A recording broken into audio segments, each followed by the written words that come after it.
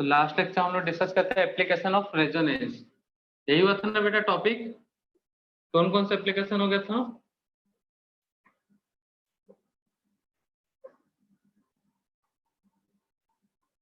कौन कौन सा एप्लीकेशन हो गया था बेटा?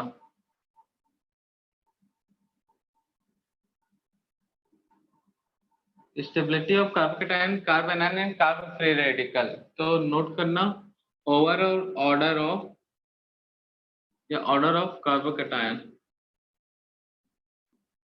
तो सबसे पहले एरोमेटिक कार्बोकेटायन ज्यादा स्टेबल होगा, ठीक है ना, एंड कार्बन रेडिकल। उसके बाद non aromatic, non aromatic with conjugation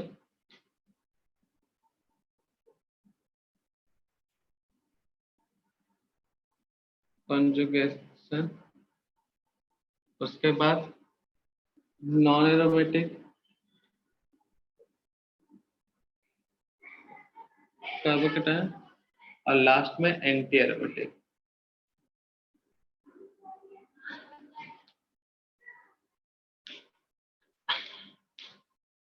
तो देखो इसी को फॉलो करते हुए एक ऑर्डर बनेगा बेटा आपका। थोड़ा सा एक्सेप्शनल है, कार्बोकेटायन टर्सरी इस तरह का रिंग,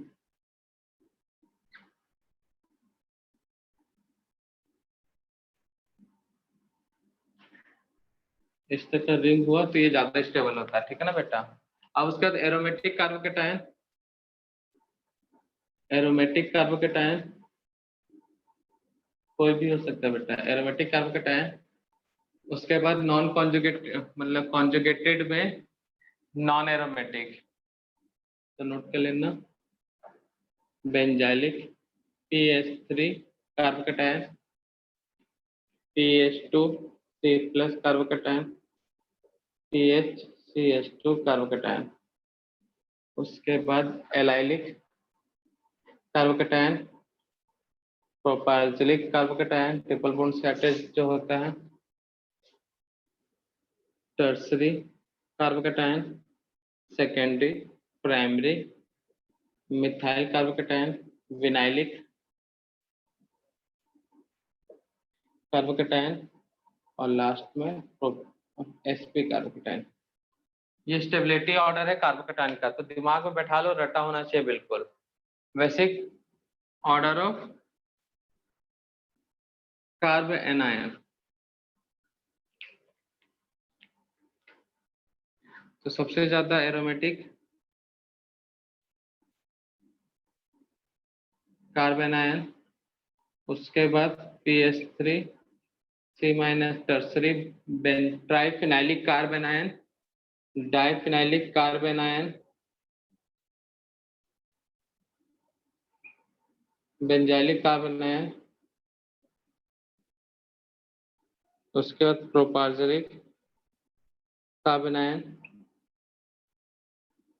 विनाइलिक कार्बन आयन,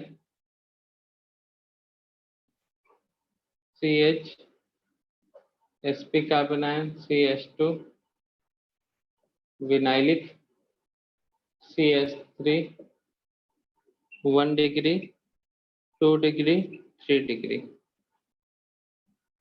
तो ये stability order of carbocation carbon ion note कर लो जल्दी से।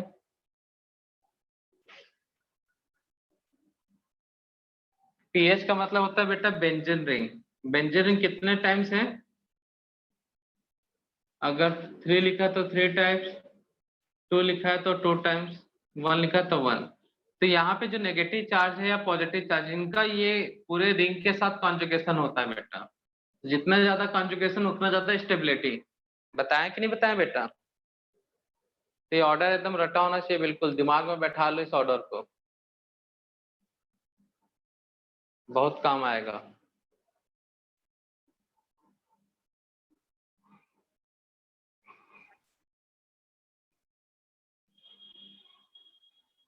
नोट कर लिया बच्चा लोग?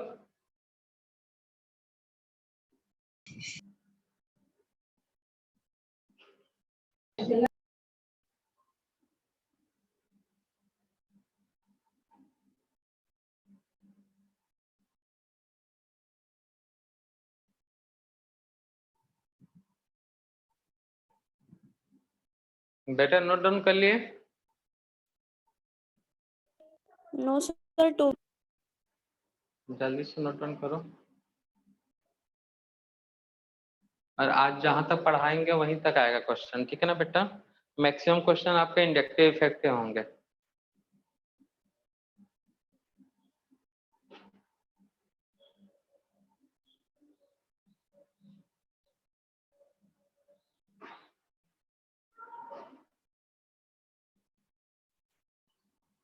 Application of resonance order of carbocation फिर रेडिकल। रेडिकल में क्या होगा, बस पॉजिटिव साइन को हटा के और इलेक्ट्रॉन।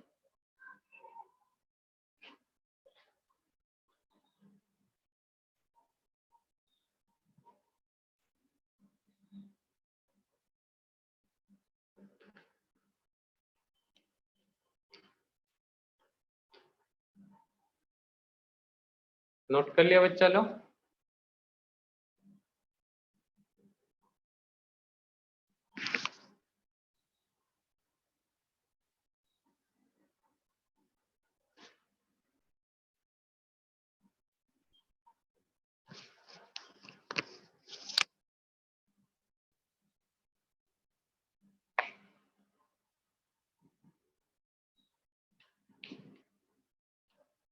बेटा नोट डाउन कर लिए? No sir. जल्दी करो यार नोट, इतना टाइम लगाओगे?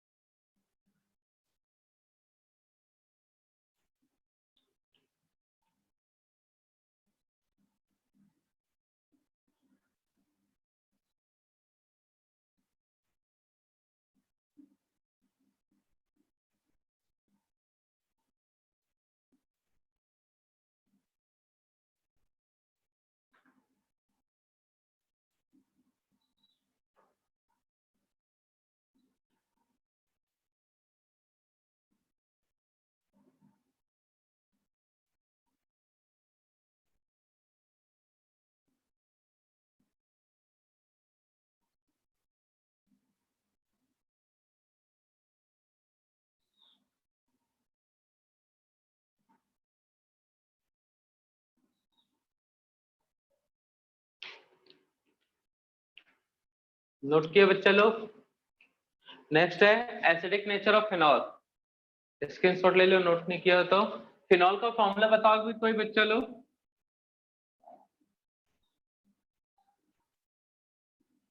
बेंजीन पर OH। हाँ बेंजीन, बेंजीन पे क्या रहेगा बेटा? OH। तो ये एसिड है, मतलब क्या देगा बच्चा? O-H+।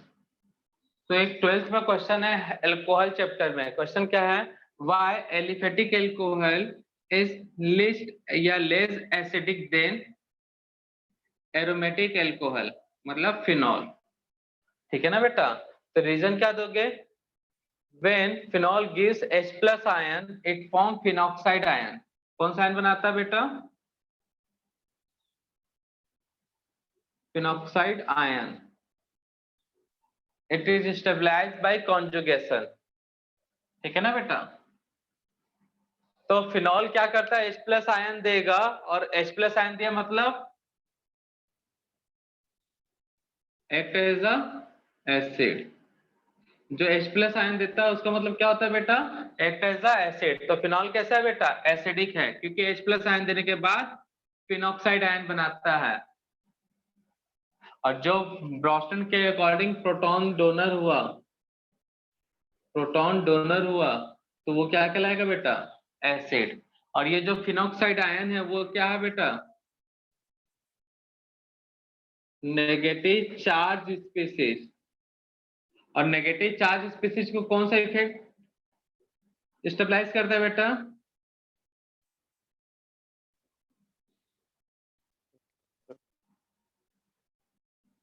-R, मतलब इलेक्ट्रॉन विड्रॉइंग ग्रुप। ये स्टोरी दिमाग में चलते रहना चाहिए।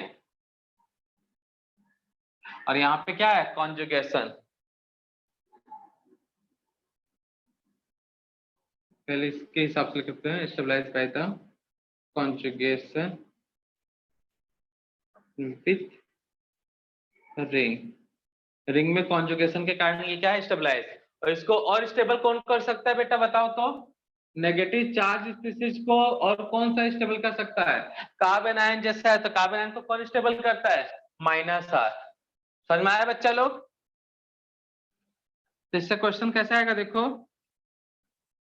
फिनॉल है,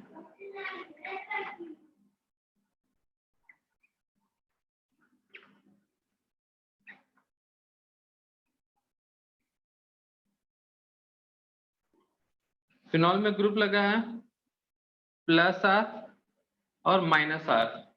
तो बताओ कौन सबसे अच्छा एसिड होगा ए बी सी में।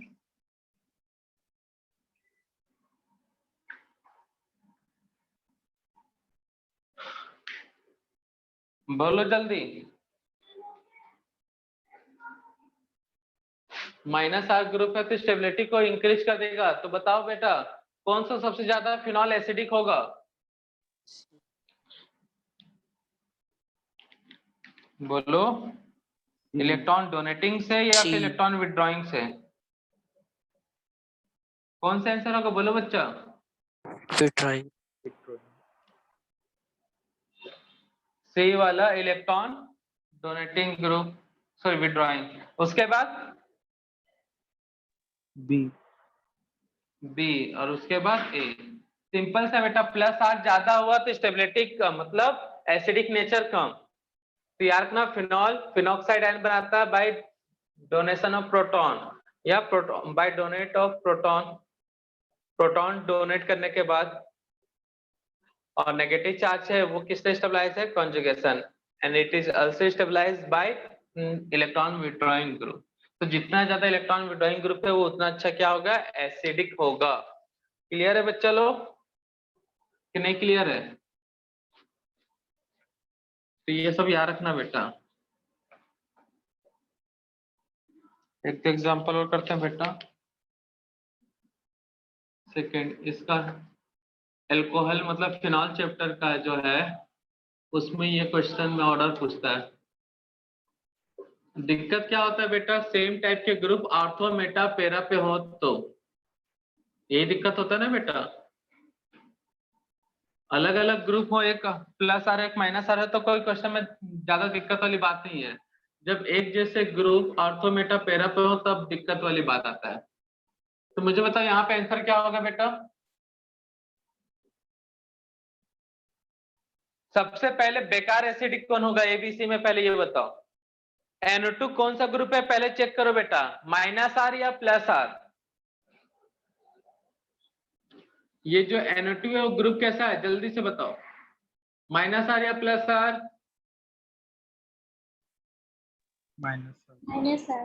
-R। तो ये एसिडिक स्ट्रेंथ को बढ़ाएगा या घटाएगा, बढ़ाएगा। लेकिन मुझे बताओ ग्रुप कहां पे ज्यादा इफेक्टिव होता है, आर्थो मेटा या पेरा। -R तो है आर्थो पे, बट ये कौन सा है बेटा, आर्थो -R। ये कौन सा -R है बेटा, मेटा -R। और लास्ट वाला कौन सा -R है बेटा, पेरा -R। तो बताओ कहां पे ये ग्रुप ज्यादा इफेक्टिव होगा, आर्थो और पेरा पे। दिमाग में बैठ गया बेटा, ग्रुप कहां ज्यादा इफेक्टिव होगा, आर्थो और पेरा पे। तो सबसे बेकार एसिड कौन सा होगा इसमें, तीनों में सबसे मेटा वाला बी, ठीक है। अब सबसे अच्छा कौन सा होगा, देखो ये H और ये इन दोनों के बीच एक अट्रैक्शन बनता है, उस अट्रैक्शन वाले बॉन्ड को क्या बॉन्ड बोलेंगे, हाइड्रोजन है H+ आयन, एसिडिक हाइड्रोजन है। और ये नाइट्रोजन है, वो कौन सा नाइट्रोजन है बेटा, इलेक्ट्रोनेगेटिव एटम मतलब। तो यहाँ पे कुछ बनता है जब हाइड्रोजन इलेक्ट्रोनेगेटिव एटम के पास प्रेजेंट हो तो कुछ बनाता है, उसे क्या बोलते हैं बेटा, हाइड्रोजन बॉन्ड। Hydrogen bond. तो ये हाइड्रोजन लॉक हो गया, H+ देने जाता नाइट्रोजन ने उसको पकड़ के रखा, नहीं भाई तुम्हारे साथ हाइड्रोजन बॉन्ड बनाया है हम तुमको नहीं जाने देंगे। तो ये H+ देगा क्या, देगा, बट C के कंपेयर में कम देगा, सी के कंपैरिजन में क्या देगा बेटा, कम। बी सबसे बेकार है, ए और सी में देखना अच्छा कौन है, तो सी में हाइड्रोजन बॉन्ड है क्या, नहीं है, No, sir. बट ए में है, ठीक है ना। तो लिखोगे यहाँ पे क्या कंक्लूजन निकला, compound A form H bond, ठीक है ना। तो क्यों बना बेटा, because compound A form H bond, और भी एच बॉन्ड कौन सा बेटा, इंटर या intra, intra molecular H bond, दूसरे मॉलिक्यूल के साथ बनाता तो इंटर हो जाता, तो इस टर्म्स को याद रखना। तो ये भी क्वेश्चन है, why ऑर्थोफिनॉल is less acidic then para nitrophenol, ठीक है बच्चा लोग। तो पैरा नाइट्रोफिनॉल ज्यादा एसिडिक होता है या ऑर्थो नाइट्रोफिनॉल कम एसिडिक होता है पैरा से, तो क्यों, तो रीजन क्या होगा, because ortho nitrophenol form intramolecular H bond. ये भी क्वेश्चन आपको एनसीईआरटी टेक्स्ट बुक में मिलेगा। क्लियर है बच्चा लोग,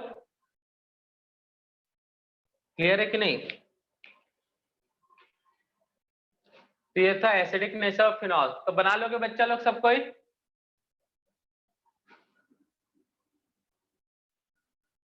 नेक्स्ट है fourth, acidic nature of benzoic acid. Benzoic acid का फॉर्मूला क्या है बेटा,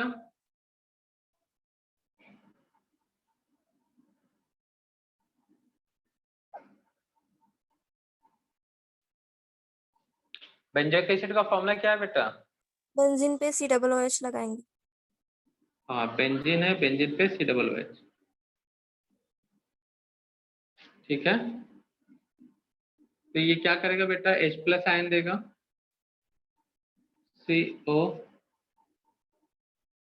प्लस H+, तो ये भी एसिड होगा बेटा, और ये पूरा का पूरा कॉन्जुगेशन में बेटा, इसको हम क्या बोलते हैं, बेंजोइक से बना तो benzoate ion, benzoic benzoate ion, ठीक है ना। तो इसके स्टेबिलिटी पे डिपेंड करता है, ठीक है ना बेटा, एसिडिक स्ट्रेंथ। तो बेंजीन पे COOH है, बेंजीन पे COOH है,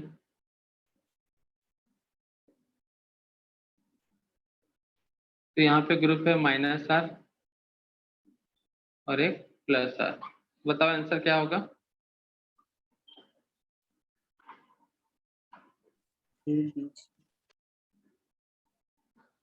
कौन सा होगा, A B और C। क्लियर है बेटा, क्लियर है कि नहीं। Yes, sir. एक थोड़ा सा एक्सेप्शनल है, याद रखना इस बात को जब भी बेंजोइक एसिड का क्वेश्चन सॉल्व करोगे। एक्सपेरिमेंटली कुछ ऑब्जर्व किया गया है तो उसी को एक्सेप्शन बोल देते हैं। All acidic strength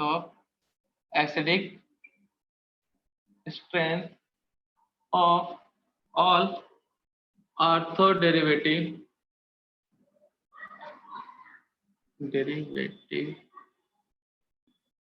of benzoic acid, acidic strength of all ortho derivative of benzoic acid is greater than ortho and para. Ortho derivative of benzoic acid is greater than meta and para derivative. तो इस line को एकदम दिमाग में बैठा लो। इस line से question कैसे बेटा, देखो बेंजोइक एसिड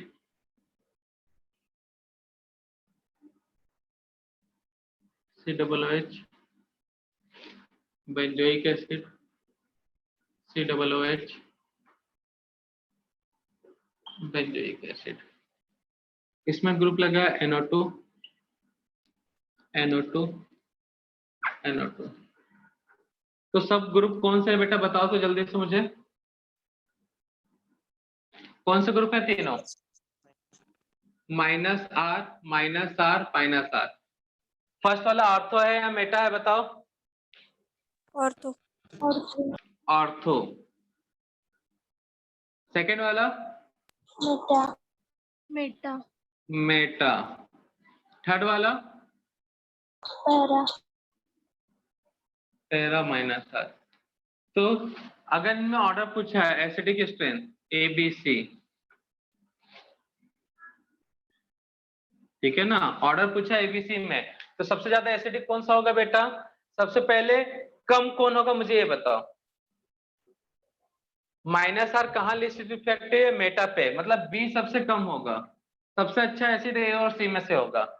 ए मैं बोला ऑर्थो वाला हमेशा ज्यादा एसिडिक होता है, किससे? मेटा और पैरा से। तो सबसे ज्यादा एसिडिक क्या होगा बेटा? A और उसके बाद C, ठीक है ना। अब चाहे +R ग्रुप ही क्यों ना हो, COOH बेंजोइक एसिड, COOH लगा लेते हैं बेंजोइक एसिड। हमेशा ऑर्थो वाले का एसिडिक स्ट्रेंथ ज्यादा है ना बेटा, एक्सपेरिमेंटली देखा क्या है। यहाँ पे OH डोनेटिंग ग्रुप। तो कौन सा ग्रुप है बेटा ये? +R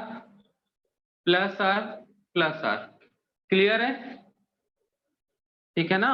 अब इसमें देखो बेंजोइक एसिड में बहुत कम मतलब मिस्टेक होने का चांस रहता है, क्योंकि एक फिक्स होता है, ऑर्थो वाला तो होगा ही ज्यादा एसिडिक।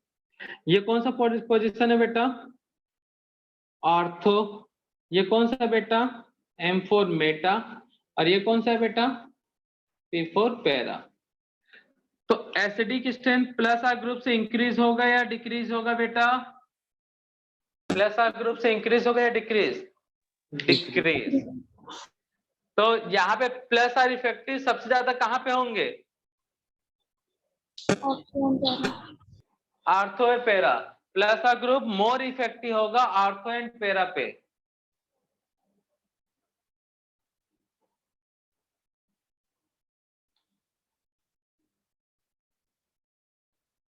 रिपीट कर रहा हूं बेटा, acidic strength of ortho derivative of benzoic acid greater than Meta और पैरा।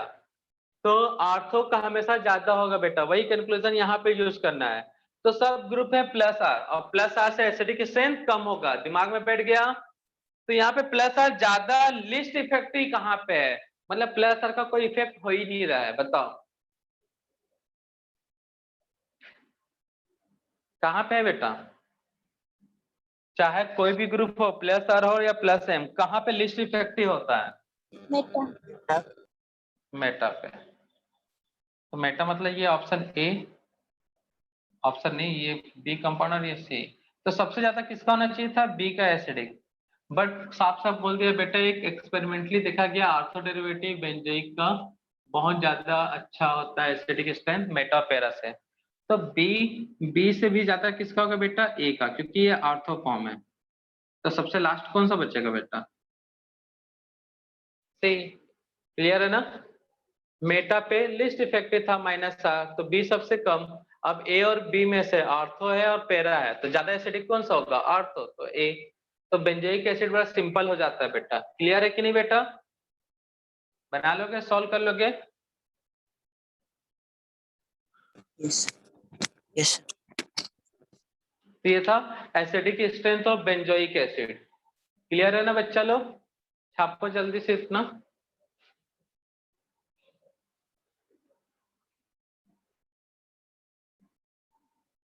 तो बस याद रहना चाहिए, ग्रुप कोई भी हो, +R या -R, ज्यादा इफेक्टिव कहाँ पे होता है? सिर्फ ऑर्थो और पैरा पे। और उसके इफेक्टिवनेस के कारण डिफरेंस क्या आने वाला है कंपाउंड पे, वो आपको पता होना चाहिए, मतलब एप्लीकेशन वाला रिलेशन वही है जो स्टार्टिंग बता दिया था। एसिडिक स्ट्रेंथ हमेशा इलेक्ट्रॉन विड्रॉइंग के डायरेक्टली प्रोपोर्शनल होगा, डोनेटिंग के इनवर्सली प्रोपोर्शनल। कार्बोकैटायन और रेडिकल में हमेशा डोनेटिंग के डायरेक्ट प्रोपोर्शनल, स्टार्टिंग में ही बताया था ना बेटा, जब इलेक्ट्रॉनिक इफेक्ट डिस्कस करें तो उससे पहले में ही।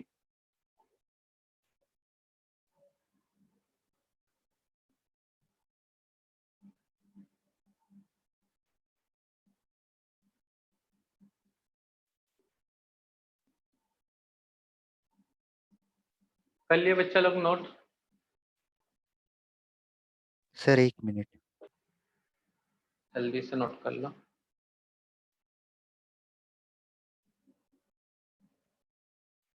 तो रेजोनेंस वाला टॉपिक थोड़ा सा परेशान करता है बेटा, याद रखना, क्योंकि उसमें कॉन्जुगेशन देखना पड़ता है।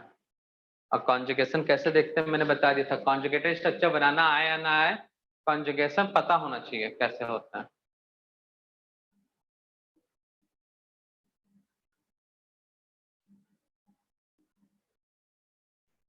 और कल शायद हम केमिस्ट्री क्लास नहीं ले पाएंगे, ठीक है ना बच्चा लोग? कल हॉस्पिटल में ही रहेंगे, रुकना पड़ेगा 1-2 दिन। तो आज जहां तक पढ़ा है वहीं तक आएगा ना बच्चा, ठीक है ना? ओके।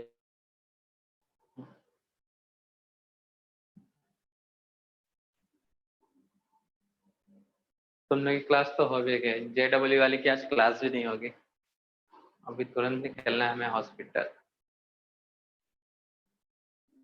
छाप लिए बच्चा लोग, जल्दी जल्दी थोड़ा नोट कर लो बेटा।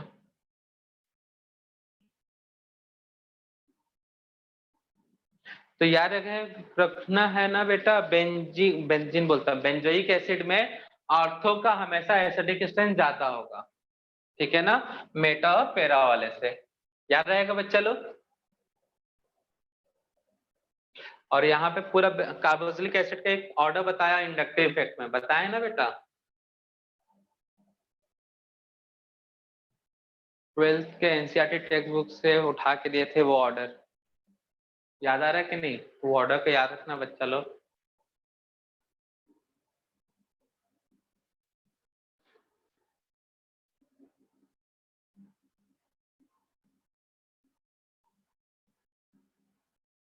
जुलाई चल रहा है ना, अगस्त सितंबर अक्टूबर नवंबर दिसंबर, 4 महीने।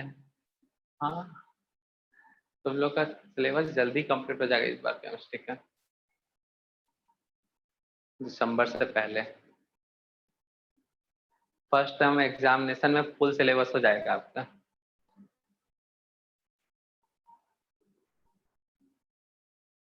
एक दो चैप्टर शायद ही बचा रहेगा, वो भी छोटे छोटे से हैं। ऑर्गेनिक तो अगस्त के लास्ट में पूरा कंप्लीट, पहले भी हो सकता है।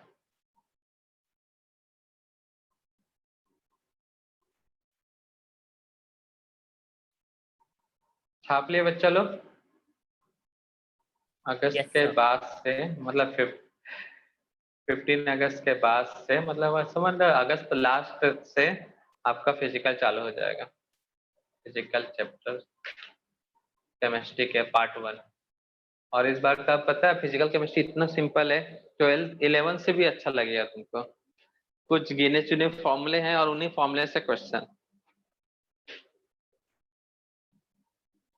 अगर सिर्फ फॉर्मूले बताऊं तो हर एक चैप्टर 2 से 3 दिन में कंप्लीट, फॉर्मूले के हिसाब से कराता हूं तो। छाप लिए सब कोई बच्चा लोग? Sir Yes, sir. चैप्टर्स के नहीं। Solid state solution, electrochemistry, chemical kinetics and surface. Surface pure theoretical है, ठीक है ना, थ्योरी याद रखना है, बड़ा मस्त स्टोरी बताएंगे उसमें, एक बार ध्यान से सुन लोगे तो भूलोगे नहीं, ठीक है ना। इलेक्ट्रोकेमिस्ट्री में थोड़ा सा टाइम ज्यादा लग जाता है कभी कभी, ठीक है ना। बाकी तो सॉलिड स्टेट इतना अच्छा चैप्टर है ना कि तुम वो पूरे चैप्टर को रट सकते हो, यहाँ तक उसके न्यूमेरिकल को भी, और वही न्यूमेरिकल से क्वेश्चन भी आते हैं। फिजिकल केमिस्ट्री का ऐसा चैप्टर जो बड़ा सिंपल है, उनके चैप्टर के क्वेश्चन को रटा जा सकता है, और उन्हीं क्वेश्चन से मैक्सिमम टाइम्स क्वेश्चन आ चुके हैं और आते भी हैं। छाप लिए बच्चा लोग?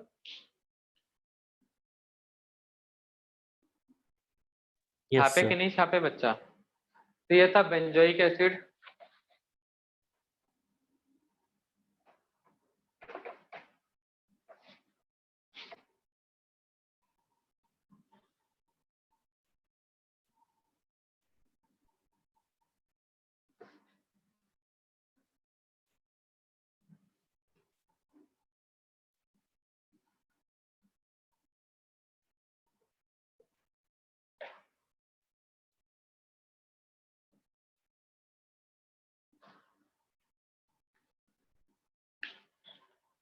कौन सा नंबर में हो गया था बेंजोइक एसिड? 4 या 5 में बच्चा लोग?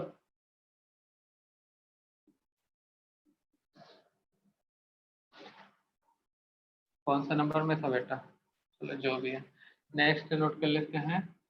बेसिक नेचर ऑफ अमीन और NH3 डेरिवेटिव।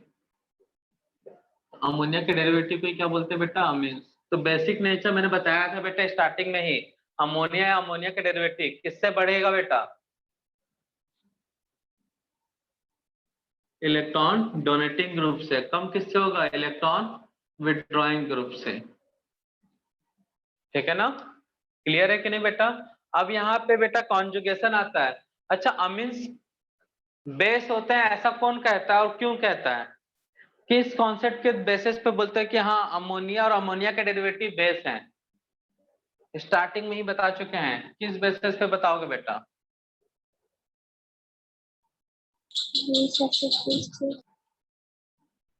क्या बोले बच्चे, फिर से बोलो तो।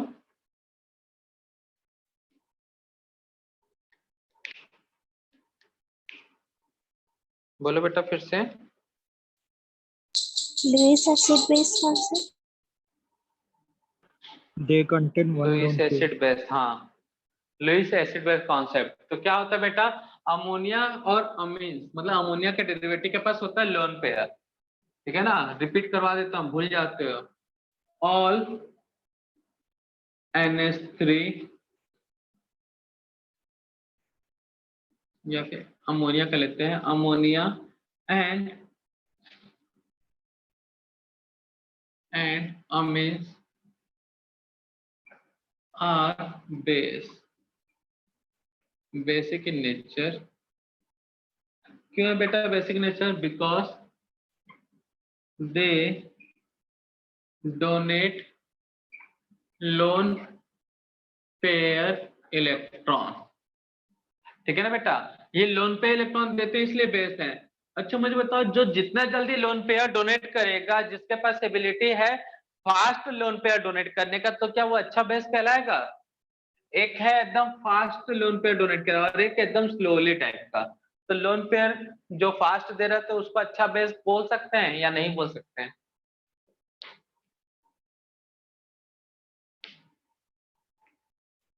बोल सकते हैं कि नहीं बोल सकते बेटा? लोन पेयर दोनों एक ही दे रहे हैं, लेकिन एक बहुत जल्दी दे रहा है 1 मिनट के अंदर और एक देने में लगा रहा है 1 साल। तो बताओ कौन अच्छा बेस होगा दोनों में? जो जल्दी दे रहा है वो। जो जल्दी दे रहा है बेटा। मतलब इसका बेसिक स्ट्रेंथ किस पे डिपेंड करता है? Tendency to donate lone pair. The basic strength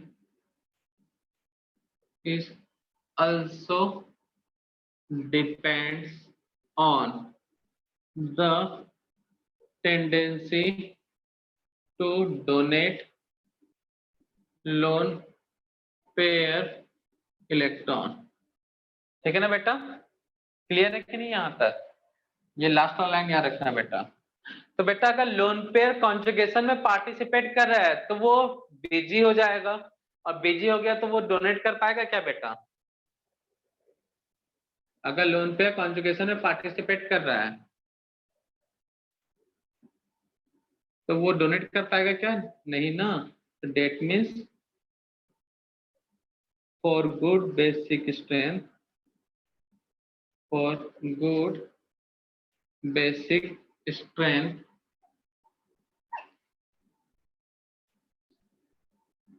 lone pair does not participate in conjugation। ठीक है ना बच्चा लोग? इससे क्वेश्चन देखो जो एग्जाम में आ चुके हैं या जिनसे आते हैं बेटा, ये क्वेश्चन बहुत तुमको मिल जाएगा। एच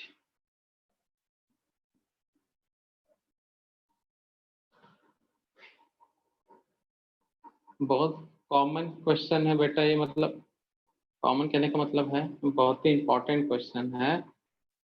बहुत बार इनसे इन्हीं में से उठा उठा के ऑर्डर बनाया जा चुका है बेटा। अरे क्या था ऑक्सीजन, ये 4 कंपाउंड है, सब नाइट्रोजन है, नाइट्रोजन के पास लोन पेयर है सबके पास। तो इन चारों में पूछा कौन अच्छा बेस है कौन बेकार बेस है। तो ये compound A, compound B, compound C, compound D.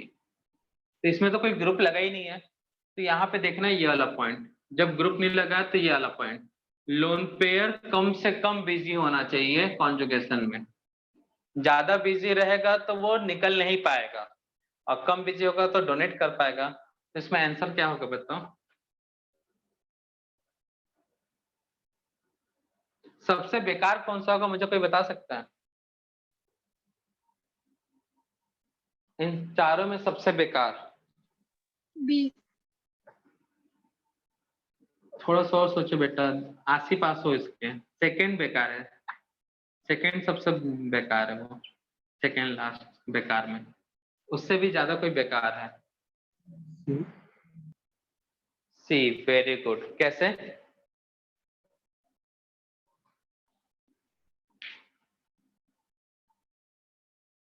कैसे बेटा बताओ?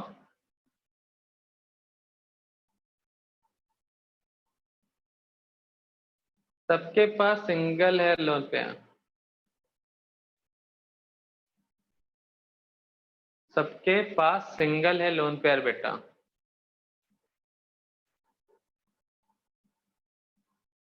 सब अब इनमें देखना कौन अच्छा एसिड है कौन है बेकार।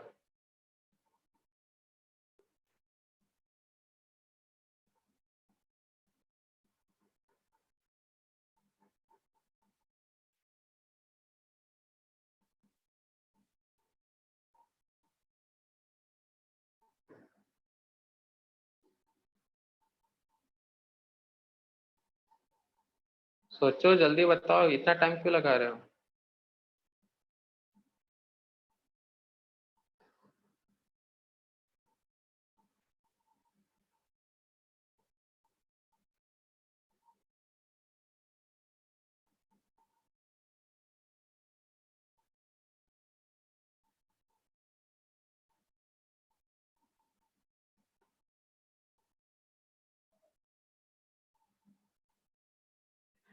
बताओ।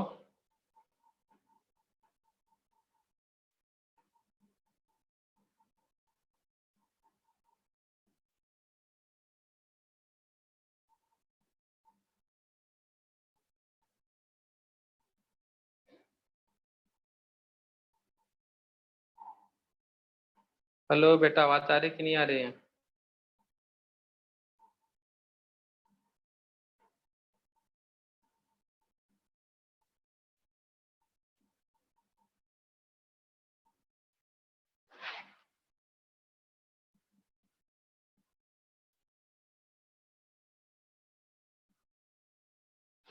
क्या हुआ बच्चा, दिमाग काहे नहीं चल रहा है?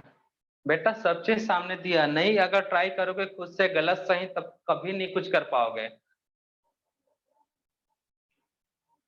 थर्ड वाले पॉइंट से basic strength also depend on the tendency to donate lone pair electron. That means for good basic strength lone pair does not participate in conjugation. बेटा मतलब यहाँ पे जाहिर सी बात है सबसे बेकार जो होंगे। कॉन्जुगेशन किसमें नहीं हो रहा है बताओ? कॉन्जुगेशन किसमें नहीं हो रहा है? हेलो, कॉन्जुगेशन भी नहीं कुछ बता पाओगे बेटा? 1 मतलब ए और डी में जहां पे पाई बॉन्ड है ही नहीं, प्लेनर स्ट्रक्चर है ही नहीं, तो वहां पे कॉन्जुगेशन कहाँ होगा? हद करते हो भाई, इतना ये भी नहीं बता पाओगे तो क्या मतलब पढ़ने का। मतलब ए और डी अच्छा बेस होंगे कैसे, बी और सी से। अब बी और सी में कॉन्जुगेशन हो रहा है, तो किसमें कॉन्जुगेशन में लोन पेयर नेसेसरी है टू उसका इन्वॉल्व होना, मतलब वो सी में। क्यों?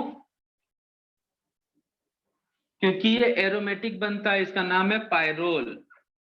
अगर लोन पेयर अगर इन्वॉल्व हो जाए, कितने इलेक्ट्रॉन है बेटा? 2 to 4 पाई इलेक्ट्रॉन। अगर लोन पेयर इन्वॉल्व हो जाए तो कितना हो जाएगा ये? 6 पाई इलेक्ट्रॉन। और 6 पाई इलेक्ट्रॉन होता है मतलब ये क्या होगा बेटा? एरोमेटिक। ठीक है ना, ये भी एरोमेटिक है। क्या लोन पेयर इन्वॉल्व होना कंपलसरी है यहाँ पे? कितने इलेक्ट्रॉन है बेटा? 4 1 2 3 6 पाई इलेक्ट्रॉन है कि नहीं है बेटा? अगर लोन पेयर नहीं इन्वॉल्व होगा तो भी तो एरोमेटिक कहलाएगा ना। बट कभी कभी यहाँ पे लोन पेयर भी कॉन्जुगेशन में आता है, ठीक है ना बेटा, पार्टिसिपेट कर लेता है। अगर बॉन्ड नहीं पार्टिसिपेट करेगा तो लोन पेयर, मतलब लोन पेयर यहाँ पे बिजी रहता है, बट इतना बिजी नहीं है जितना कि सी में।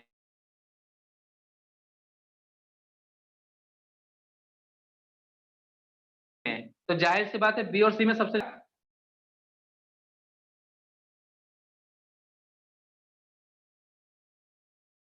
सी, क्योंकि यहाँ पे नेसेसरी है टू इन्वॉल्व फॉर एरोमेटिसिटी। तो यहाँ पे पायरोल में कंपलसरी है लोन पेयर का इन्वॉल्व होना। नोट करो रिटर्न में यहाँ पे इन पायरोल क्या बेटा? Compulsory to involve of lone pair for aromaticity. तो पायरीन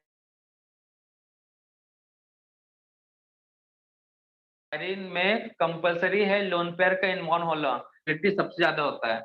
तो लोन पेयर देखिए अपना स्टेबिलिटी नहीं खोना चाहेगा। जैसे तुम्हारे 2 पांव में तो 1 पांव तोड़ देंगे तो तुम मना करोगे, या दूसरी पांव से जो तोड़ने वाला उसको पीट दोगे। तो वैसे ही लोन पेयर को खोना नहीं चाहता। क्यों नहीं खोना चाहता? क्योंकि उसको मालूम है इसका उसका यूजेस कि लोन पेयर है तो मैं एरोमेटिक हूँ, और मैं की आवाज अटक रही। एरोमेटिक हूँ तो मतलब मैं स्टेबल हूँ, ठीक है ना। तो सबसे बेकार बेस कौन जाएगा इनमें? सी। हमारी आवाज अब अटक रही है? सबको अटक रही है बच्चा? Yes sir. सर बोर्ड भी ब्लर हो गए।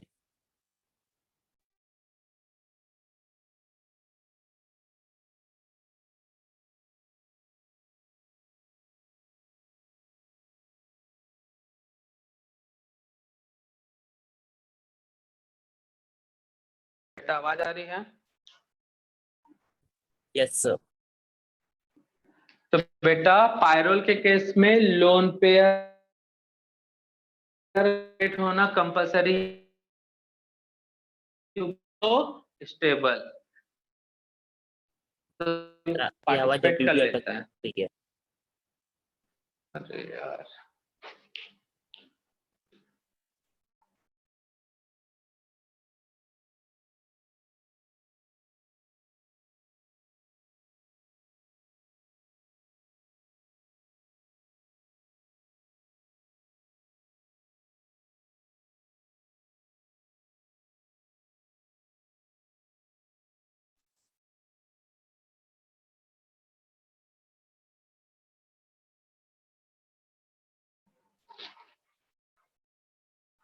बेटा पायरोल के केस में लोन पेयर का पार्टिसिपेट होना बहुत कंपलसरी है, बहुत जरूरी है। क्यों? क्योंकि वो बन जाएगा एरोमेटिक, तो बिल्कुल देगा नहीं। बट यहाँ पे लोन पेयर नहीं दिया तो भी एरोमेटिक है। लोन पेयर पार्टिसिपेट करेगा तो पाई बॉन्ड पार्टिसिपेट नहीं करेगा तो भी एरोमेटिक बनेगा। मतलब यूज होगा लेकिन उतना नहीं जितना यहाँ पे नेसेसरी था।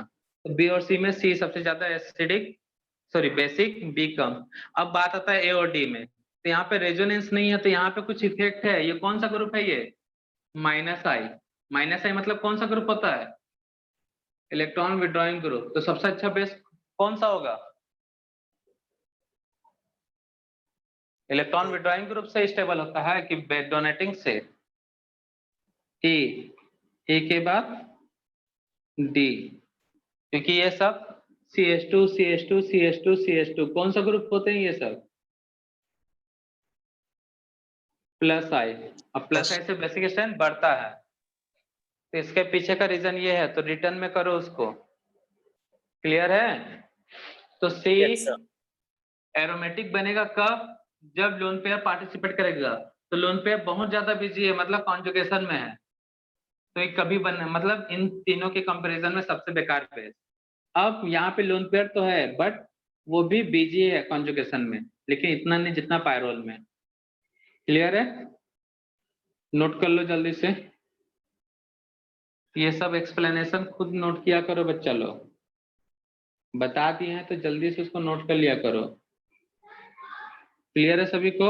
ये 4 कंपाउंड है, चारों में पूछा जाए ऑर्डर तो एकदम रटा होना चाहिए। फर्स्ट कंपाउंड है पिप्रिडीन,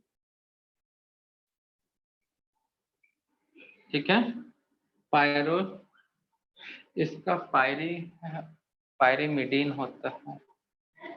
फर्स्ट का कंपाउंड का पिप्रिडीन नेम है, सेकंड का पायरोल, लास्ट वाले का नेम याद नहीं आ रहा है, 2 का, बी और डी का। नोट कर लो।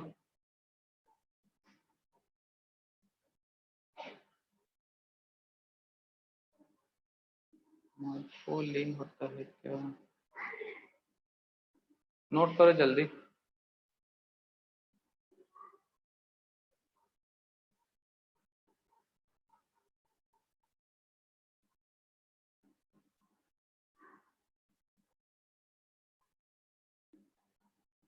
तो लास्ट वाला पॉइंट याद रखना बेटा, ठीक है ना?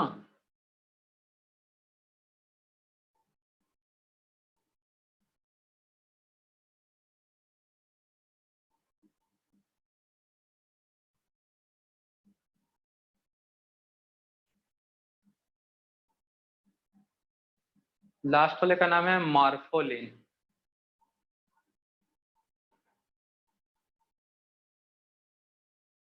लास्ट वाले का नाम है मॉर्फोलिन, इसका पायरीमिडीन ऐसी कुछ है, देखना तो मिल नहीं रहा है। मॉर्फोलिन, इसका पिप्रिडीन, इसको शायद पायरीमिडीन बोलते हैं।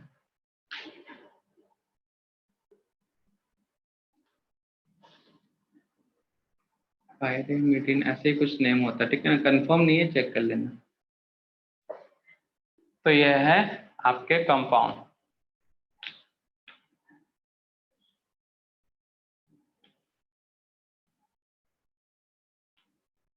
तो पायरोल एरोमेटिक है, ये भी एरोमेटिक है, इसलिए लोन पेयर कॉन्जुगेशन में है। यहाँ पे लोन पेयर कॉन्जुगेशन में नहीं है, ये ऑक्सीजन है, मतलब माइनस आई इफेक्ट, और CH3 एल्काइल ग्रुप है ये पूरा, इसलिए प्लस आई इफेक्ट।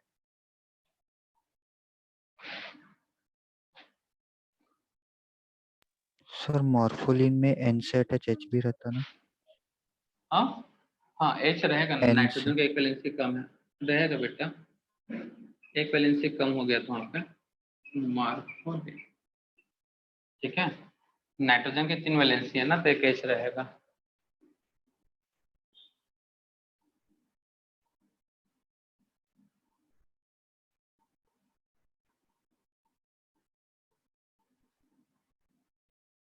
प्लस और माइनस और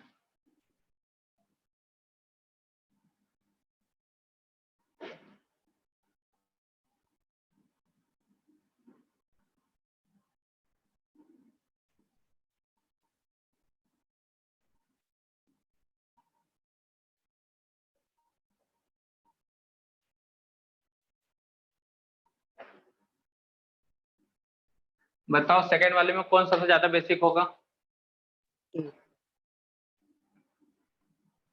डोनेटिंग ग्रुप है ए, ये ए, बी और सी, उसके बाद बी और सबसे कम सी। क्लियर है सभी को? Yes. ठीक है, तो ये था रेजोनेंस। हम बच्चा इंडक्टिव हाइपर कॉन्जुगेशन और इलेक्ट्रोमेरिक इफेक्ट, जो 1-2 लेक्चर में हो जाएगा कंप्लीट।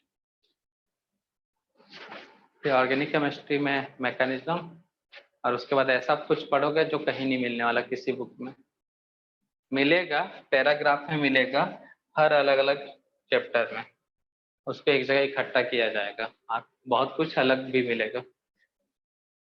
रिएजेंट, तो रिएजेंट कहीं मिलेगा नहीं अलग से, याद रखना।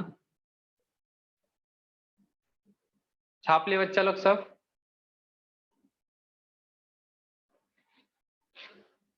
Yes sir. ठीक है बच्चा लोग, आज के सेवा करते हैं समाप्त। बाय सभी को। Bye sir. बाय बेटा। Bye bye sir.